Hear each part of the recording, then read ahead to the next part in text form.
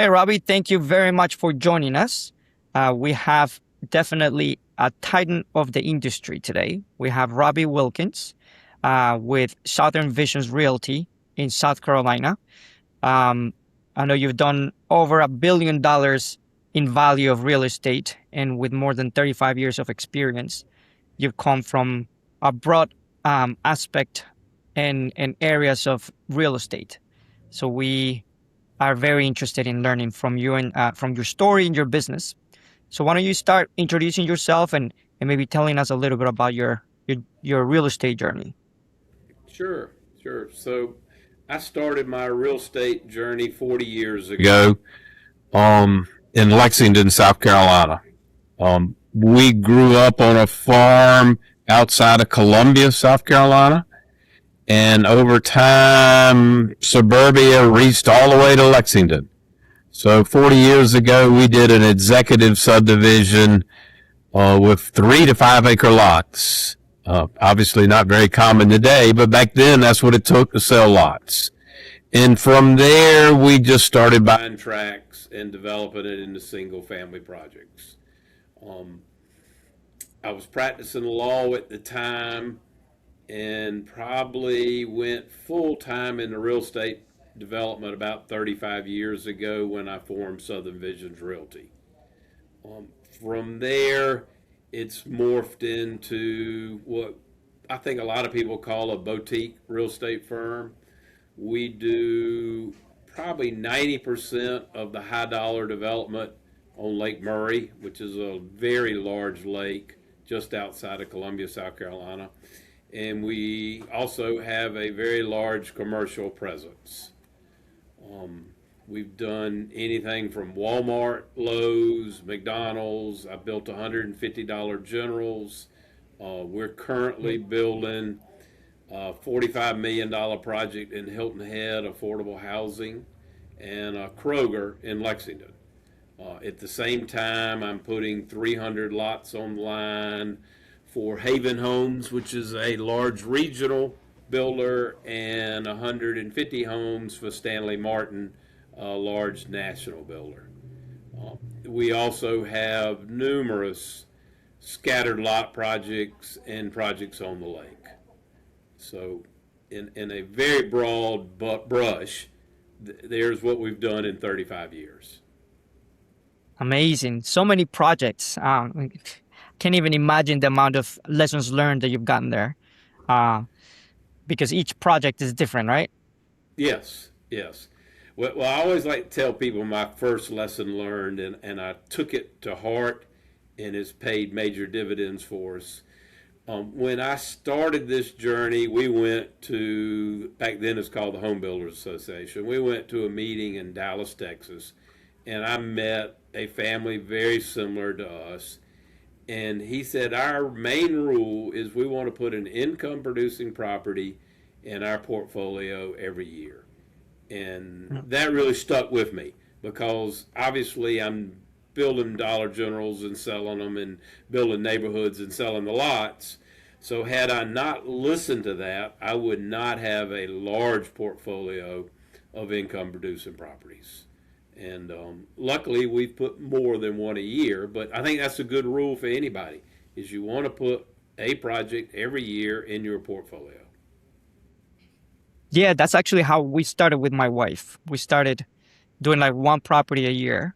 And to actually get the money to be able to afford it, we were doing, well, obviously it's savings, right? But like when you have kids, then a lot of expenses come Right. that you have to worry about. So we started doing some flips, like buying property and like flipping them. And then with the money, we would buy an income producing property. And now, obviously, now as an investor, now that I'm like dedicated to the business, I'm able to work with investors who we're acquiring a lot more. But yeah, it's a very good advice for sure. It's easier said than done. 40 years ago, I was not competing against hedge funds, New York money, all of that. Today, to put an income producing property in place takes a totally different set of variables than what we did 40 years ago.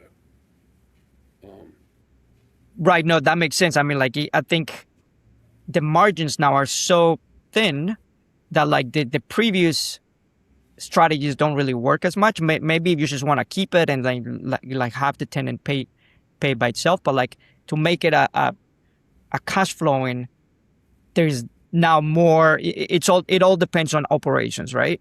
Like how That's right. efficient your operations are and Yeah. how you maintain It's costs. almost impossible to put a deal together that's going to have a cash flow return to what you're looking for. It's going to have to come down the road. Now, we've just recently, I built about a 10,000 square foot office building in downtown Lexington 2 or 3 years ago. In that one, I made the tenants my partners, and we agreed to a return only 8.5%. But we were building on a AAA corner that was going to appreciate no matter what, and that project worked. So now I actually have a Mexican restaurant under construction, and I'm 50-50 partners with the operator. So I'm pretty much, and we do most of these deals, we try to do at least 50% cash. The Mexican restaurant, because it's got a lot of risk in it, we're all cash in that deal. You get to that stage when you've been doing this for 40 years. A lot harder when you're a brand new real estate investor to do a deal with all cash. Most definitely, that is amazing. Um, so yeah, that's kind of like what related to my next question. In the current environment, high interest rates and a lot of the properties have gone up in value a lot. How are you operating and what is the niches that are working for you? Um, Affordable housing, uh, it's an incestuous business. There are very few people in that business, and they're very protective of their territory. In most states, you have to have an affordable housing resume to even be awarded a deal. But we've worked really hard. I've built one, two, three, four affordable housing projects in the last 5 years, and those deals work.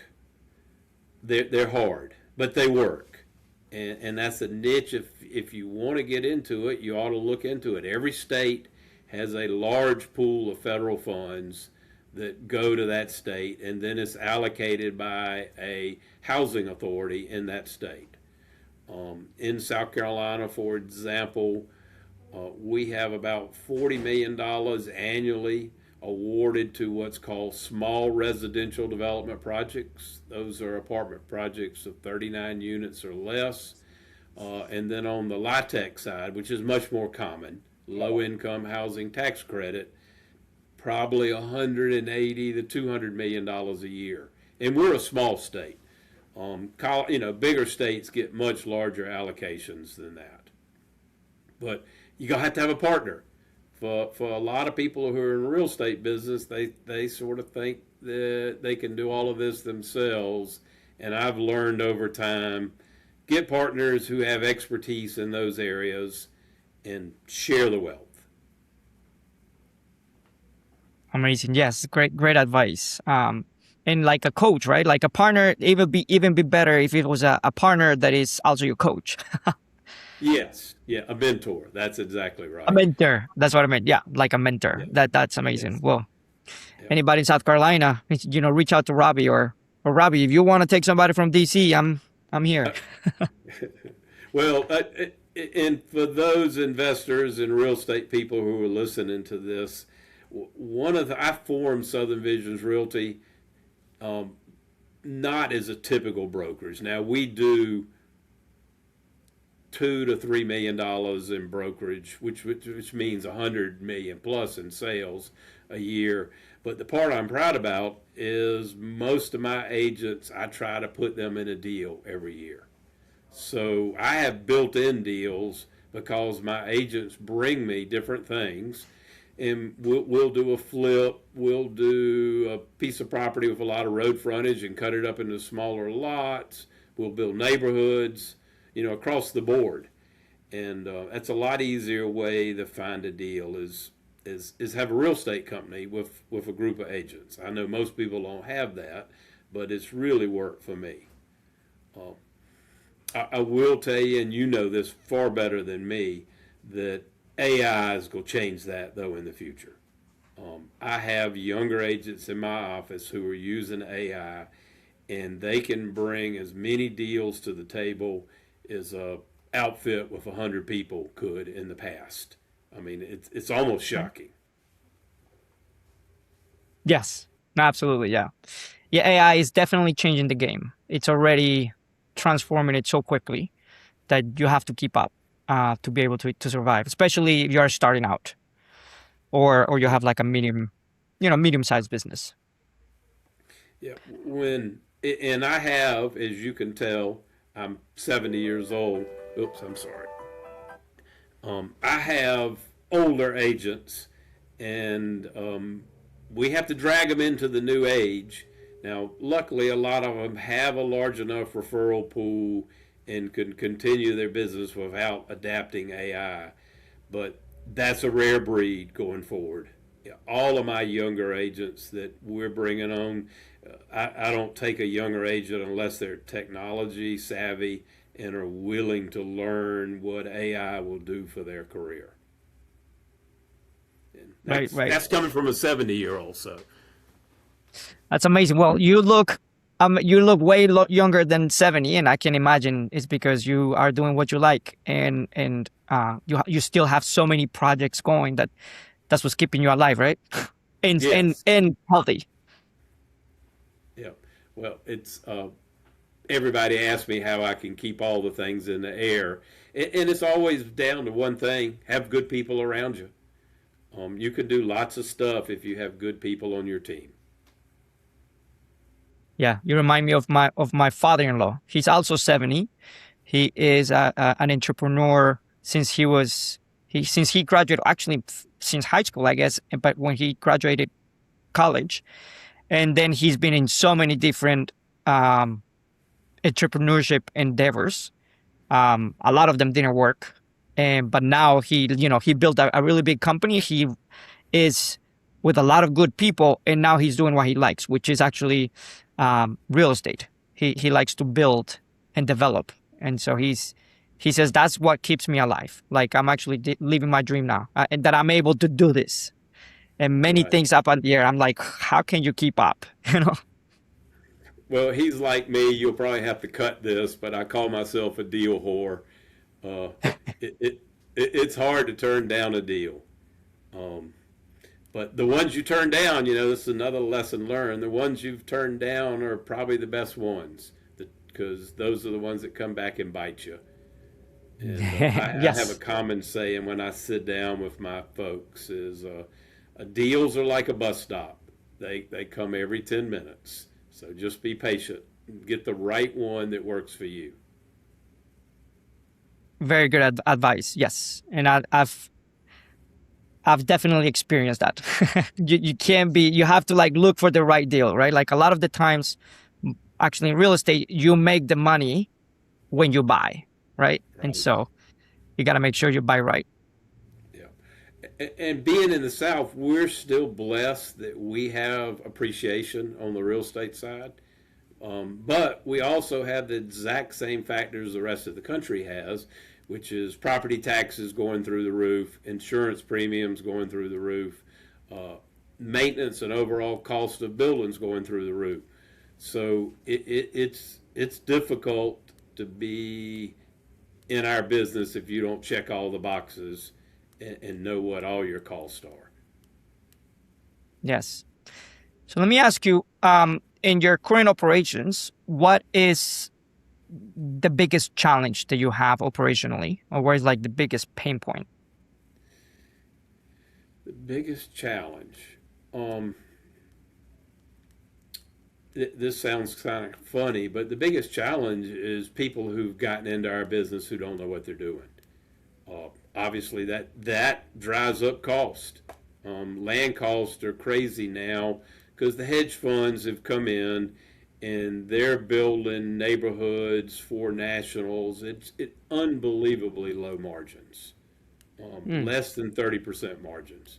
And mm, 30% might sound like a high margin, but it's not when you got a project that could take you 3 years to permit. There could be a moratorium. I mean, all kinds of things can go wrong.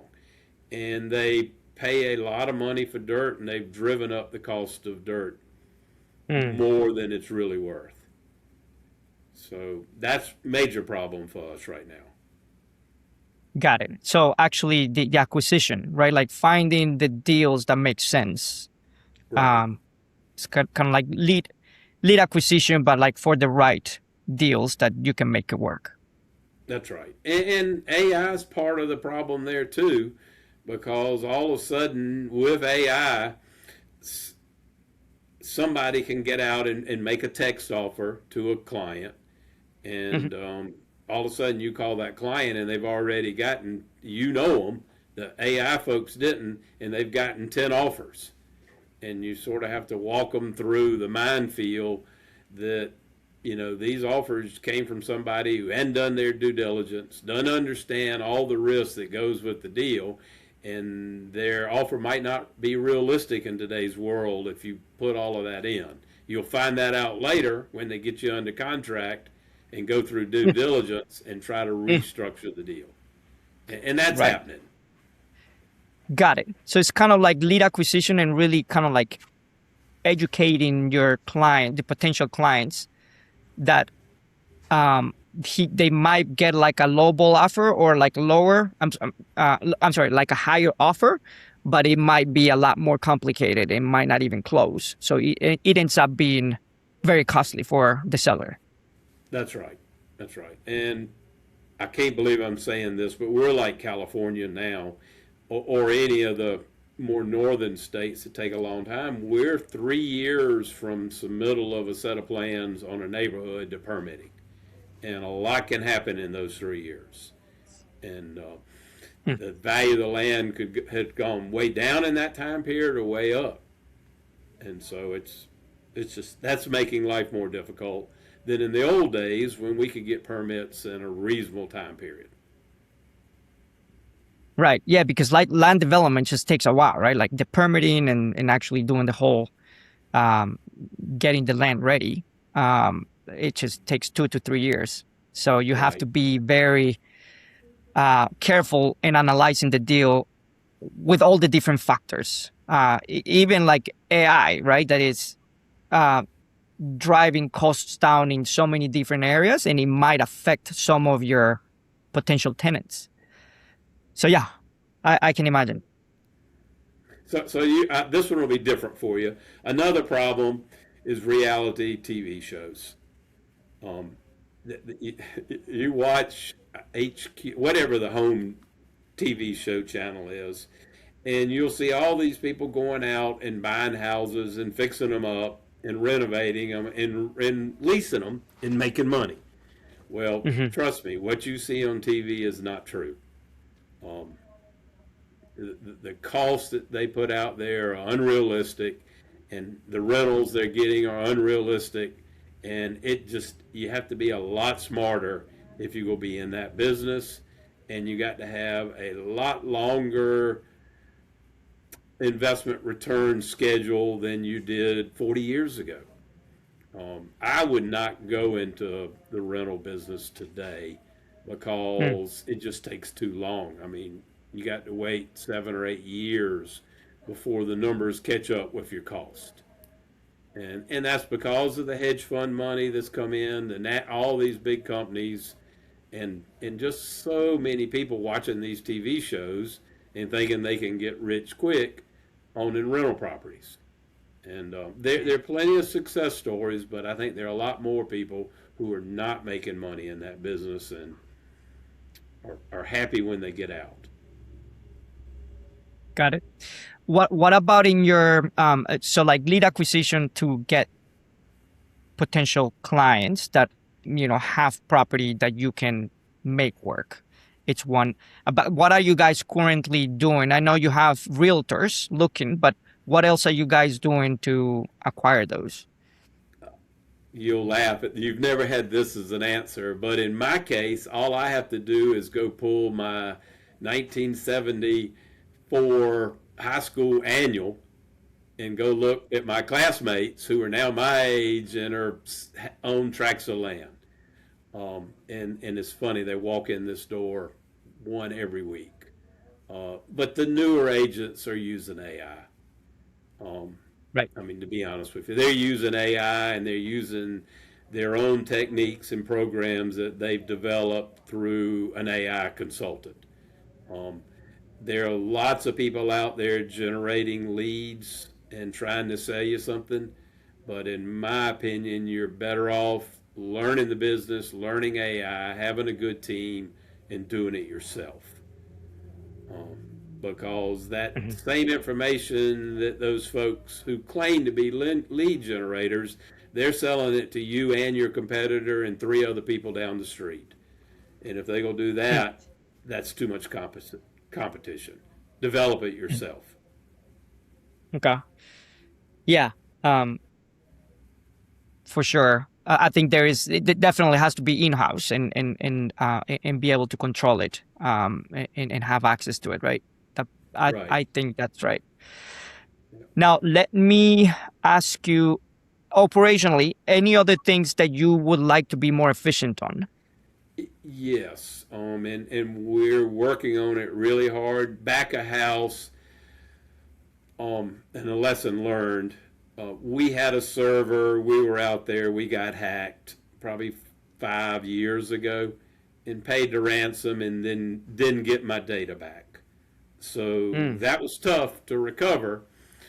And so now we're going back with, and you will have to help me, Dave, because I don't have my IT. I think they call them CRMs. Is that right? The back of the correct? office. Yeah. Yes. We had all of that data. We lost it when we got hacked. Mm, We've made some changes internally where it's a lot harder to get into our system today. hmm. But we're putting the CRM together because people want to be communicated with. And Yeah. it's a lot easier to communicate with a CRM system and the new AI technology that's out there.